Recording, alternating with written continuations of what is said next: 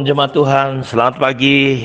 Saya berdoa biar kiranya mata hati kita semakin terbuka, kita semakin bisa melihat Tuhan, mengenali Dia secara akurat, sehingga kita tidak meleset sedikit pun, karena pengenalan kita akan menentukan bagaimana cara kita memperlakukan hidup kita, cara kita menghadapi masalah dan persoalan, cara kita memandang keadaan, bahkan cara kita menghadapi masalah dan persoalan. Di tengah ketakutan yang luar biasa menimpa hidup orang pada hari ini, kita belajar kemarin dari Daniel, bagaimana Daniel tidak takut menghadapi apapun yang terjadi di depannya. Bahkan walaupun nyawanya terancam, dia tidak mau keluar dari kebenaran firman Tuhan. Karena itu kita perlu terus-menerus membangun hidup kita hari lepas hari di hidup yang Tuhan masih percayakan kepada kita, untuk kita bisa bertumbuh di dalam pemahaman pengenalan akan Allah. Yohanes berkata betapa dia bersuka cita ketika mendengar bahwa Gaius dan Komsel atau gereja rumah yang dipimpinnya, bagaimana Yohanes mendengar bahwa mereka hidup dalam kebenaran. Dan memang ternyata Yohanes tahu betul bahwa mereka itu hidup di dalam kebenaran. Karena itu tidak ada lain tentu kebahagiaan kita Bapak Ibu selain melihat anak-anak kita. Saya sebagai pendeta melihat saudara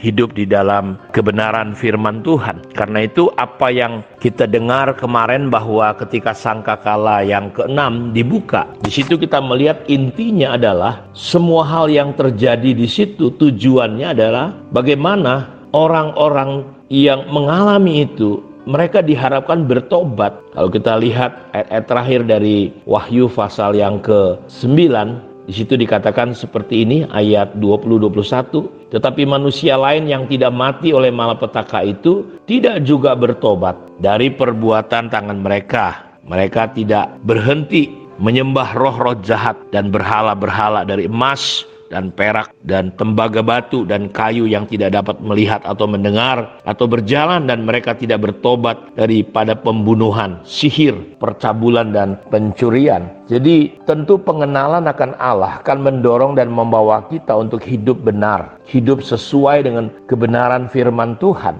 Ada pertobatan yang sejati, karena kita lihat bahwa pengenalan akan Allah akan membawa hidup kita berbalik dari segala jalan-jalan yang jahat. Nah, kita lihat apa yang terjadi ketika sangkakala ditiup yang ke-6.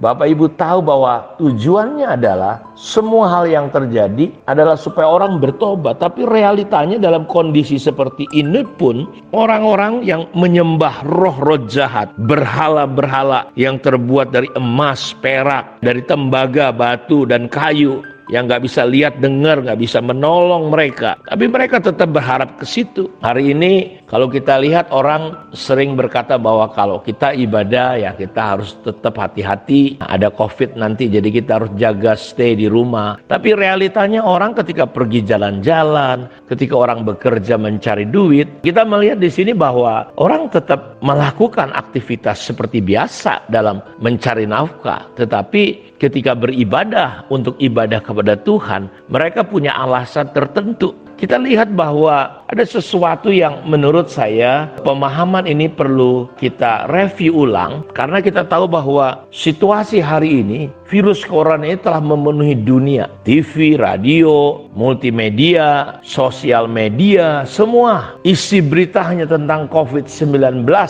Sampai-sampai rasanya melebihi Tuhan beritanya. Orang tidak bertobat, orang tidak datang kepada Tuhan, orang tidak sungguh-sungguh mencari Tuhan. Orang-orang di pemerintahan, artis, para pebisnis, dari tingkat yang paling rendah sampai yang paling tinggi, dari yang tinggi, dari pinggir jembatan sampai istana, nyaris semua tahu tentang COVID-19.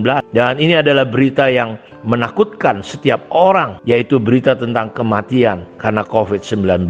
Dan ini merusak tatanan bukan hanya hidup dunia, tapi hidup banyak orang Kristen, orang percaya dirusak. Jadi tidak ada hari yang bebas, lepas tanpa berita tentang kematian karena COVID. Apalagi di awal-awal tersebarnya COVID ke seluruh dunia, kita masih merasa dulu jauh, tapi sepertinya sekarang begitu dekat. Kita makin sering mendengar orang-orang yang kita kenal mungkin meninggal karena COVID, karena usia sudah tua mungkin. Perhatikan, Bahkan saudara-saudaraku, kita melihat hari ini orang lebih fokus. Ketika semua fokus kepada COVID-19, pemerintah fokus seluruhnya. Dan gereja dan banyak anak-anak Tuhan, orang Kristen menganggap hal ini, corona ini seolah-olah telah menjadi malaikat pencabut nyawa yang bisa datang kapan saja mencabut nyawa manusia. Siapapun dia, tidak peduli kaya miskin, tua muda. Jadi hal ini mengalahkan, COVID-19 telah mengalahkan ketakutan orang, bahkan lebih daripada penyakit kanker dibanding COVID ini. Seolah-olah kalau orang udah kena COVID, seolah-olah punya resiko yang tinggi, mati gitu ya. Tinggal tunggu kematian,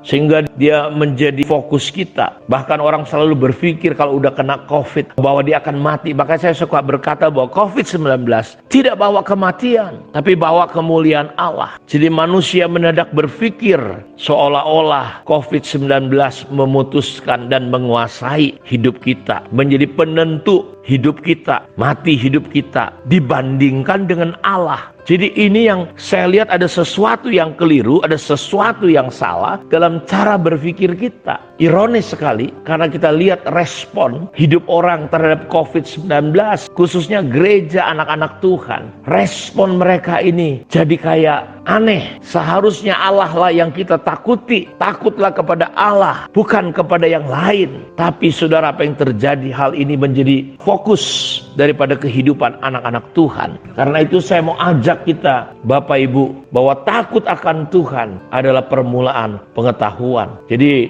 COVID-19 merubah cara hidup orang, cuci tangan, ini segala macam kebiasaan. Karena itu saya mau berkata bahwa biarlah kita tetap takut kepada Tuhan, mempercayai Tuhan, Bapak Ibu. Kenapa? Tanpa kita sadar, kita telah membuat COVID-19 ini menjadi berhala, menjadi Allah di akhir zaman ini. Dia menjadi pusat perhatian banyak orang. Bukankah saat kita lebih tunduk kepada sesuatu, lebih fokus mengarahkan seluruh perhatian kepada itu, sesungguhnya kita sedang menjadikan itu menjadi Allah. Jadi cara hidup kita, dalam hidup kita hari ini, banyak orang lebih cepat berespon tentang COVID, lebih senang mencari berita tentang COVID daripada mencari kebenaran firman Tuhan dan merespon kepadanya. Sehingga kadang-kadang kita lebih takut kepada COVID daripada kepada berhala, kepada Tuhan yang ajaib dan luar biasa. Dan saudara lihat di dalam Wahyu pasal yang ke-9 ini, Bapak Ibu, dikatakan tadi bahwa manusia lain yang tidak mati oleh malapetaka itu tidak juga bertobat. Jadi lewat kejadian ini, kalau saudara masih diberi kesempatan hidup, saudara bukan cari kesenangan diri sendiri, bukan mementingkan diri sendiri. Mari bertobat, arahkan hidup kita bergantung sama Tuhan. Cari Tuhan sungguh-sungguh. Carilah Dia, maka kita akan menemukan Dia. Datanglah kepadanya, karena mengenal Allah akan membuat kita memiliki keberanian seperti Daniel, Sadrak, Mesak, Abednego. Mengenal Allah membuat kita tidak takut dengan yang namanya kematian. Almarhum Jacob Dahwai berkata seperti ini, jangan takut dengan kematian, karena kematian adalah jembatan, pintu gerbang untuk dua orang yang saling mengasihi berjumpa, yaitu Tuhan yang mengasihi kita dan kita yang mengasihi Tuhan. Dan persoalannya, kenapa hidup di dalam ketakutan? Persoalannya karena mungkin kita terlalu mengasihi dan mencintai dunia ini. Orang yang mengasihi nyawanya akan kehilangan nyawanya. Justru orang yang tidak mengasihi nyawanya akan mendapatkan nyawanya. Kiranya Tuhan memberkati kita semua. Shalom.